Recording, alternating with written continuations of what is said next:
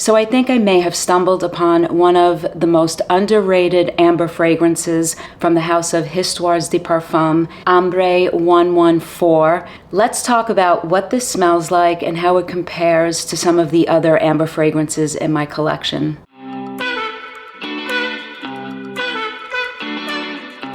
Hi guys, welcome back. I hope everyone is doing great.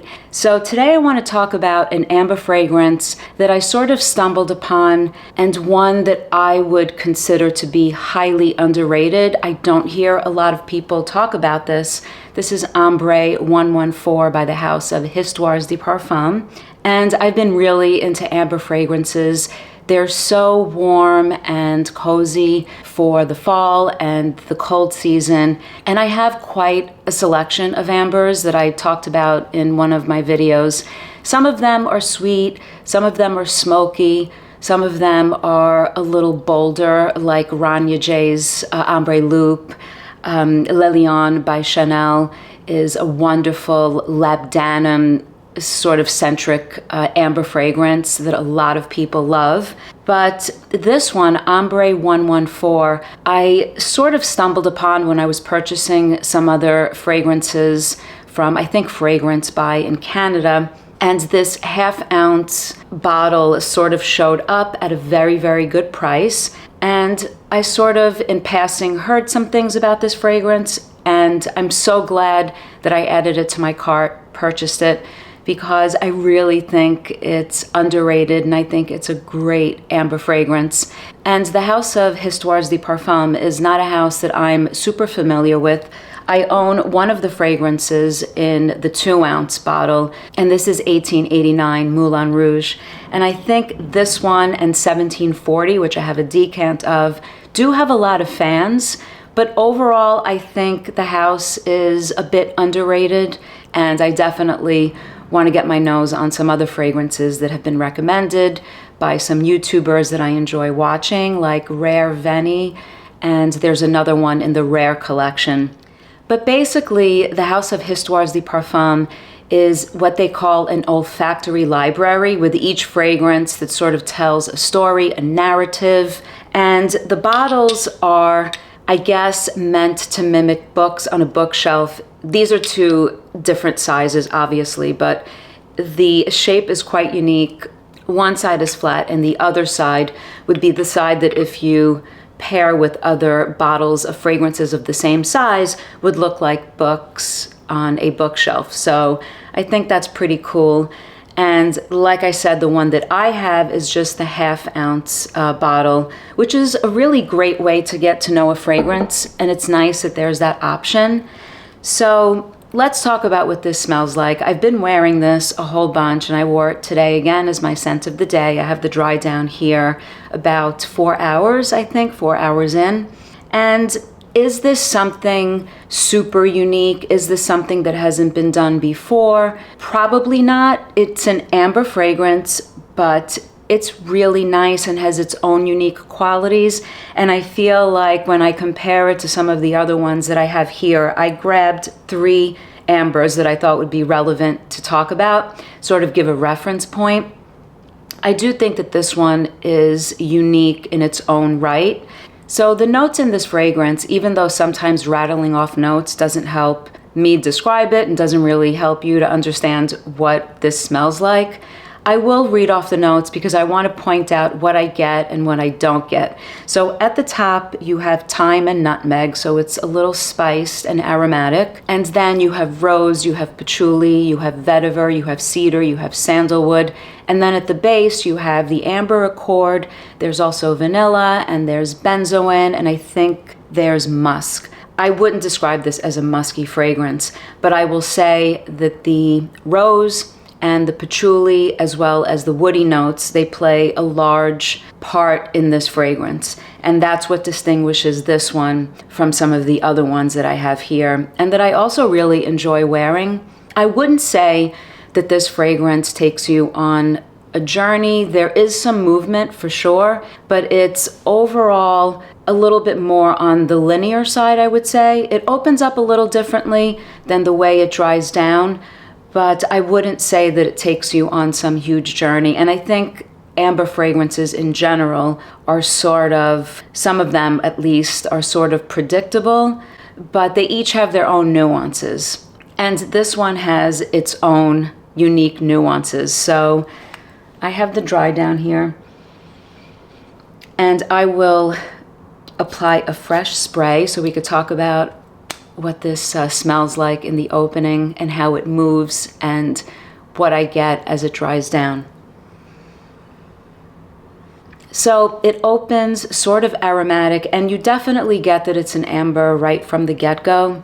And what I like about this is that there's sort of a delicate, powdery nature that might come maybe from the rose, maybe from the amber accord itself. But the rose, the patchouli, and the woody notes in here play a big role, and they're prominent. I do get them as the fragrance dries down. There's something a little sweet, but it's a very warm sweetness, and this is less sweet than some of the other ambers that I have in my collection. It's less aromatic and spicy than some others that I have, like Ambre Sultan. And the patchouli starts to come in as the fragrance dries down, and I really like patchouli in fragrances. And while it's not overtaking this fragrance, if you like patchouli, and you like the idea of patchouli peeking through as a large part of the amber sort of backdrop of this fragrance, then you might consider getting your nose on this one, because the patchouli and the earthiness of the patchouli are prominent to my nose, and together with that is this hint of floral from the rose and this powderiness. So this amber is definitely complemented by this rose and this patchouli. And as it dries down and gets closer to the full dry down, I feel like those woody notes sort of come into play as well.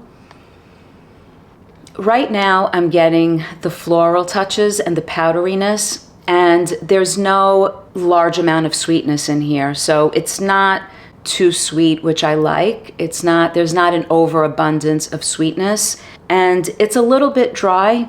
And I love how that rose sort of peeks through, and you have this amber accord and you have the benzoin, and it gives you this warmth. So you do get sweetness from the benzoin, from the amber, and vanilla. And if you just read the notes, you would think that this is a sweet amber fragrance, but it really isn't. It's not sweet. It's less sweet than something like Amouage's Material, and less sweet than Ambre Precieux by Maitre Parfums at Gantier. That one is sweeter than this and much more powdery. So what I'm getting as it's drying down is this rose that peeks through, and like I said, the patchouli plays its role, and it's really an enjoyable fragrance that has, I would say, sort of a delicate nature to it. So that's what stands out about this amber in comparison to some of the others that I'll talk about in a minute. It's sort of delicate. It retains this delicate aspect to it because you have the powderiness, the rose, just a hint of that rose peeks through, and the patchouli is most prominent when it's in the full dry down. So it's still an amber, but it does dry down to an amber with a good dose of a delicate patchouli. Not a super strong, super earthy, soil-like patchouli, but you do get that earthiness, you do. And you have this powderiness that stays with the fragrance. But it's a very warm amber. It's what you think of when you think amber. I'm not saying that it's super unique, but it definitely has a little bit of what I would call a delicate twist to it. It's not super gooey and syrupy. Some ambers do have that quality to it. This one is a little bit on the dry side. And it's so warm. It is really quite nice on my skin. I really enjoy this one a lot. I like it. I think it's a great fragrance. And I compared by spraying side by side with Ambre Sultan by Serge Lutens. And Serge Lutens' Ambre Sultan opens much more spicy. It's almost a culinary spice that this fragrance opens up with, aromatic and culinary, and it's darker. It's definitely a darker fragrance than Ambre 114. And as it dries down, the Ambre Sultan, I feel, retains a darker, syrupy, it's a wonderful amber fragrance. People call this a reference amber. It's a beautiful amber, and it has a syrupy, denser quality to it. And so where I think Ambre Sultan is a little bit more syrupy, I feel that Ambre 114 is a little drier and a little more powdery, and Ambre Sultan is richer in my mind. The juice is actually, I'm just noticing how much darker the juice is for Ambre Sultan, and it seems kind of fitting and matches the descriptions and the differences that I'm pointing out. And Ambre Sultan, to my nose, when it dries down, loses the aromatic sort of spiciness that comes with the opening that can almost be interpreted as masculine leaning. I think those spices and that aromatic quality sort of dissipates. And what it dries down to is this nice, rich, syrupy, sort of woody, warm, vanillic, cozy amber fragrance that, in my opinion, is reminiscent to Amouage's Material. However, Amouage's Material, which is a woody take on amber, is much more vanillic. Definitely more vanillic than Ambre 114, definitely more vanillic than Ambre Sultan. So I find Amouage's Material to be similar to the dry down of Ambre Sultan, and it's not a fragrance that comes to mind when I am wearing Ambre 114. So that's just my quick little take on where Material fits into this conversation. Now, Ambre Precieux from Maitre Parfums at Gantier is sweeter than both Ambre Sultan and Ambre 114. So in terms of powderiness, because these two are powdery, Ambre Precieux is much, much more powdery than Ambre 114. So if you're familiar with this fragrance and you enjoy the powderiness, just know that Ambre 114 is powdery, but less powdery.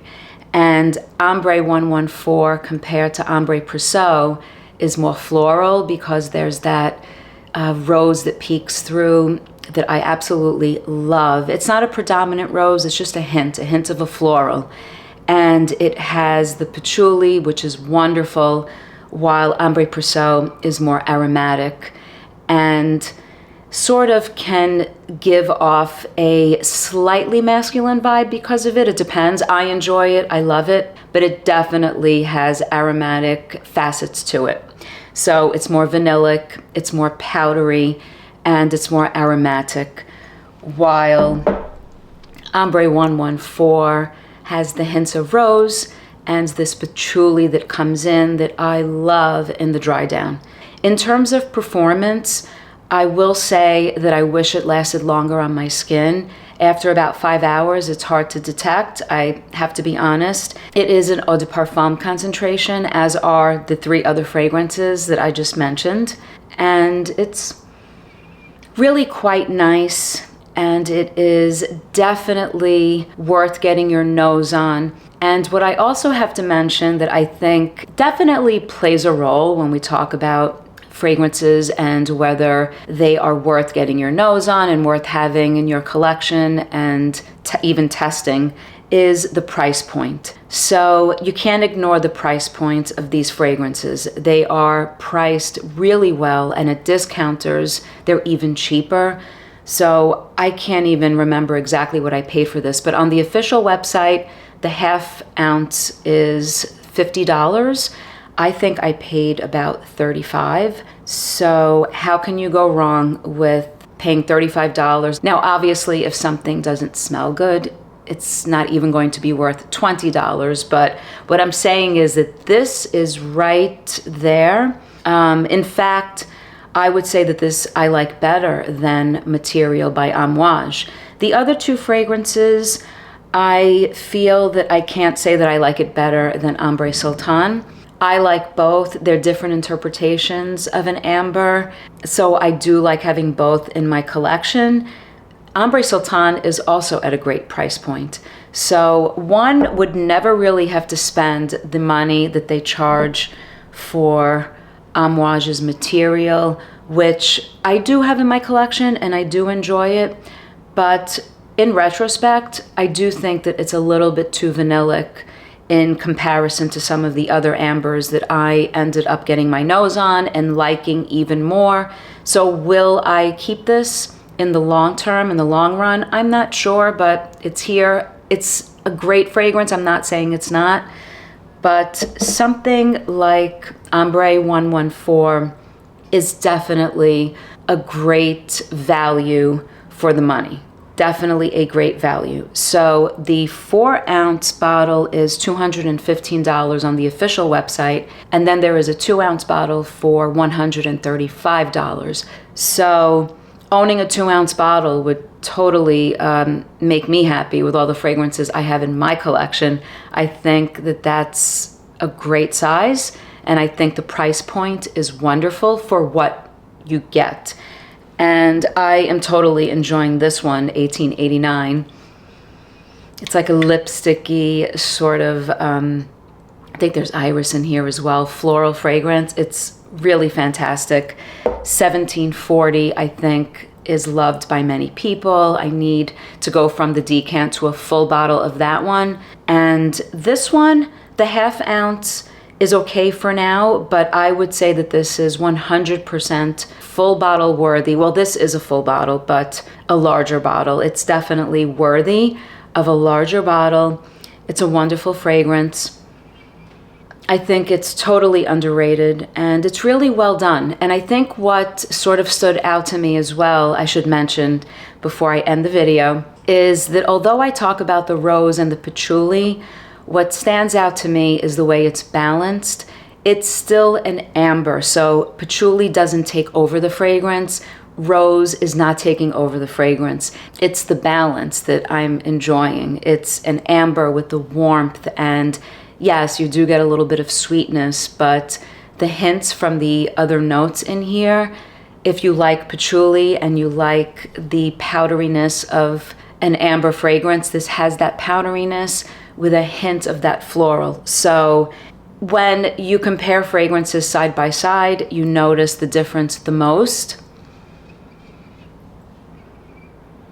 And when I compare Ambre 114 to Ambre Sultan by Serge Lutens, I definitely can see that this would be the more syrupy, darker, rich, ambery fragrance that dries down to this like woody, slightly sweet amber that's so enjoyable, but it's richer and it's darker.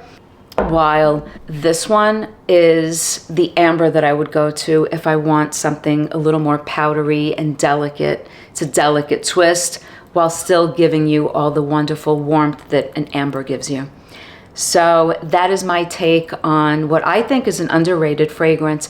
I'm not sure if the house of Histoires de Parfums is underrated in and of itself. I think it has a lot of fans, but this particular amber, and they have other ambers. If you go to the website and you click on the scent profile, a ton of ambers came up. Well, maybe not a ton, but maybe 4. But this, I would say, is more an amber proper, so to speak. And I think it's a great one. So Ambre 114, I'm really enjoying, and that's my take on this fragrance.